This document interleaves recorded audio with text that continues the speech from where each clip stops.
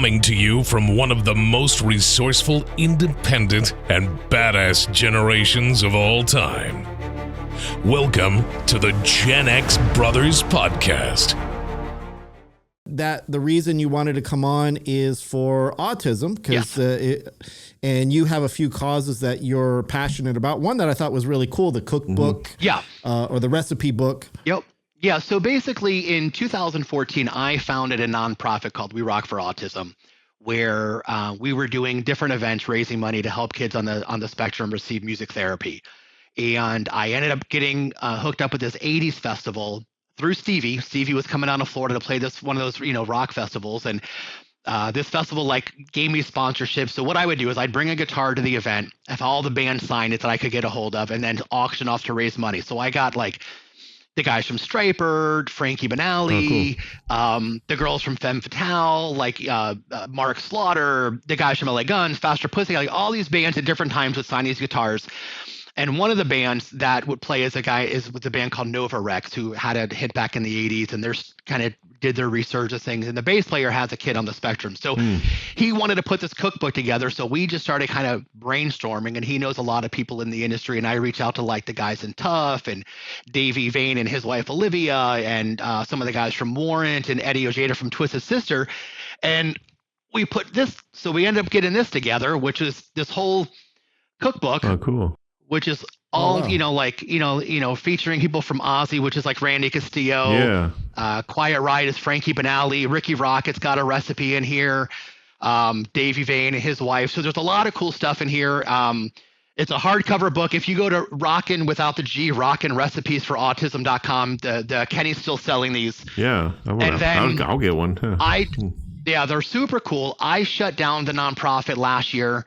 It just ran its course. It was too hard. Funding, COVID, no events. But my cousin, the reason I started the nonprofit, because my cousin has a child on the spectrum who's now in his 20s. But I'm on the board of her nonprofit. So her and her husband run a store called Autism Awareness Shop. And it's in Tampa, Florida. And it's a thrift store. So you can go in there and buy all your Goodwill style stuff. But all of the money that they raise goes into... They do occupational and behavioral therapy and different therapies for young adults on the spectrum. And one of their workshops is they teach kids to be able to young adults to work in the thrift store and help them go into the workplace. So they have a lot of therapy services they provide to every kid on the spectrum. But their big mission is to help the young adults that can function well enough to learn to work in the workplace and help them get jobs. Because when kids turn, I think it's 22 or 24, they age out of the system. There's nothing for the kids to do.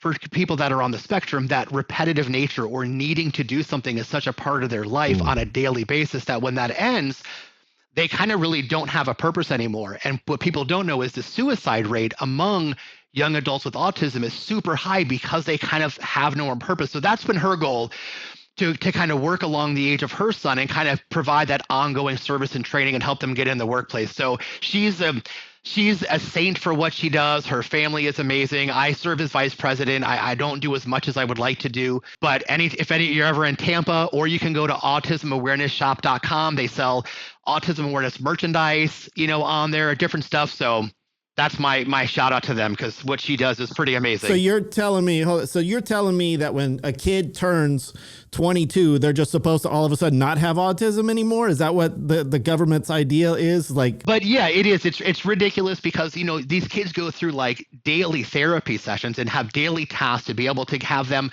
be able to kind of know what they're doing and be able to communicate. And then those services just kind of stop, and parents have to pay out of pocket, which is super expensive. There's just not a lot of programs out there. So she's made it her mission, as her son was coming close to aging out of the system, that if there wasn't something there, she was going to create it. And she did. And she's helping many, many people. Then they've had the arena football team and the hockey team in Tampa reach out, and they've got a lot of people that they've been on the news for what they're doing. So it's super cool. Yeah, that kind of pisses me off though, because it's weird.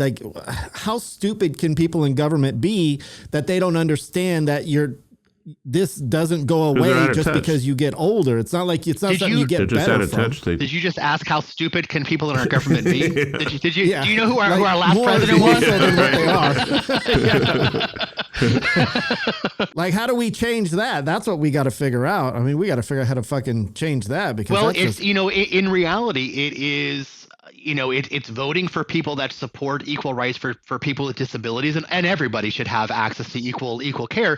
But it's also finding these nonprofits that are founded with the grassroots and finding a nonprofit that supports what you like and trying to support them as much as you can. And it doesn't have to be a lot of money, time, a little bit of money, like every little thing helps. So unfortunately, it's not an easy process, and sometimes it's hard to find where to help, but they're out there. But yeah, it's not easy for the parents, for sure. Yeah, you mentioned music therapy. I was going to ask you, like, how successful is music therapy for someone with autism, and like, what do they get? So music therapy is super effective because a lot of the kids on the spectrum really relate to music. So it's not teaching the kids how to play music; it's teaching the kids through music. So putting their routines into a song.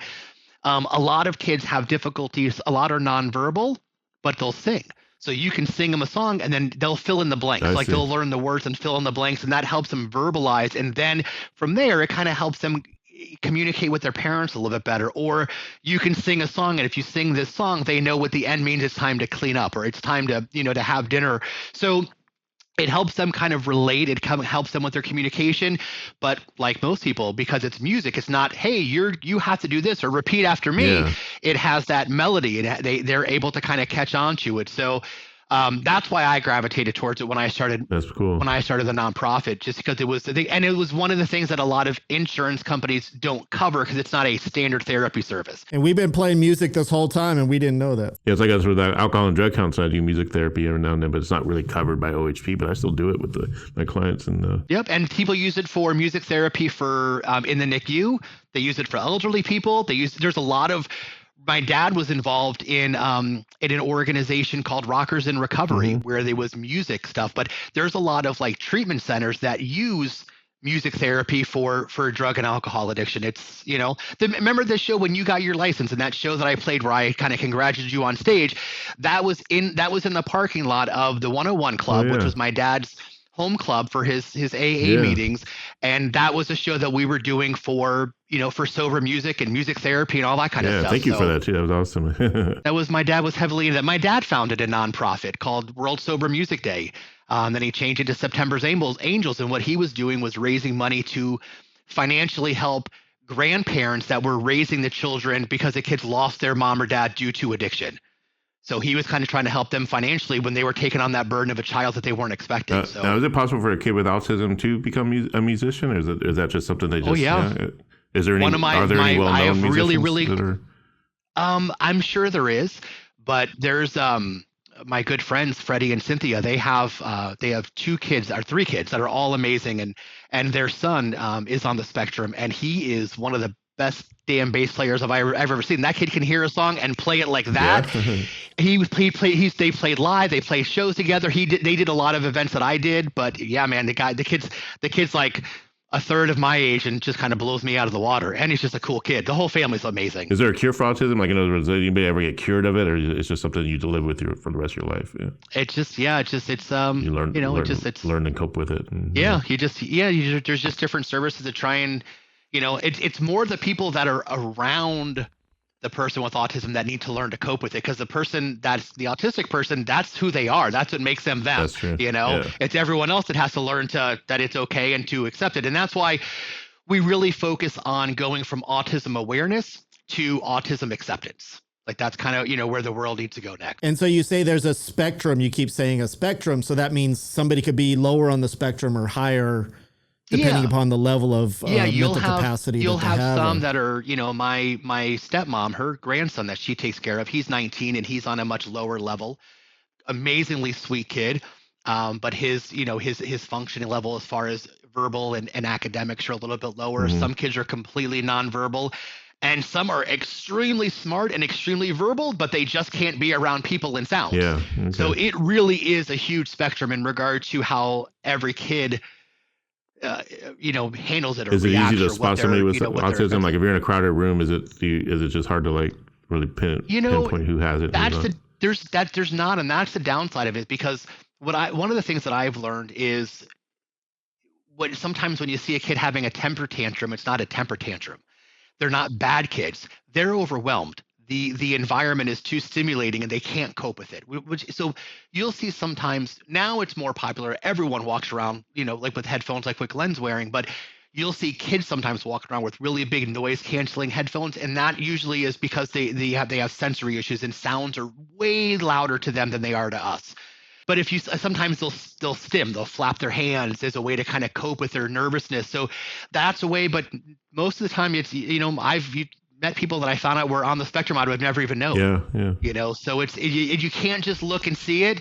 And it's really taught me, when I see a kid, that it's not always a kid behaving badly. You never really know what the reason is behind that behavior. And sometimes it kind of makes you feel bad when you're thinking, man, I called that kid a damn brat the other day. And now I realize the kid's not a brat. The kid's got a developmental disorder, or, an anxiety issue, or whatever the case is. So it's just, my thought process is the best way to live is to be kind to everybody until you know them. Let them show you how much of an asshole they are before you treat them like the asshole they really are. That's true. because most people will.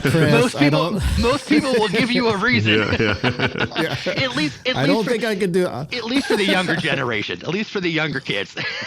Okay. I'm judgmental right from the get-go. Fuck it. Well, we could solve world peace if everyone would just wake up and say, you know what, I'm not going to be an asshole today. Just live. Yeah. But then you got one jerk off of walking by in a MAGA hat. You just want to trip him and hit him in the back of the head with a baseball bat. So. Oh, shit. That must be tough for you living in Florida. Oh, dude, it's terrible. That fucking guy across the street from me, he's got a big, huge flagpole with a "Let's Go Brandon" flag flying in his front yard. Dude, it's disgusting. You ever see Trump rocking around? It's horrible. No, I'm a little further south than he is, but let's go. I don't know. If everybody would just eat a chip for Ukraine, I think we'd be better too. Let's do a hot chip for Ukraine. There you go. I challenge you, Chris. Right now. I already told Glenn I'm coming on, but I ain't doing the damn challenge. That was a condition. I'll tell you what, though, you have proved to me that I'm an isolationist, and fuck, man, because you got more foundations and do good than I fucking could ever imagine in my life, man. I barely leave the house, so I'm getting that way. That's kind of where I'm headed now. Now it's you're making me feel bad that I don't do enough for other people, but I don't do anything for anybody. Actually, so you are doing something. You are doing something because you having Chris on. You're actually getting the word out, and I think that's right. You're given a platform. You're sharing stuff about Ukraine. You're making that well known. You're helping your kid's music career. You're helping your brother's music career. So you're doing your part. Oh yeah. All right, thank you. I'm going to heaven. So there you go. There you go. I opened up the gate to the stairway for you. The gates are open. Eric and I are still driving the bus on the highway to hell. Coming to see you, Satan. That's the way it works. I'll pay my way in.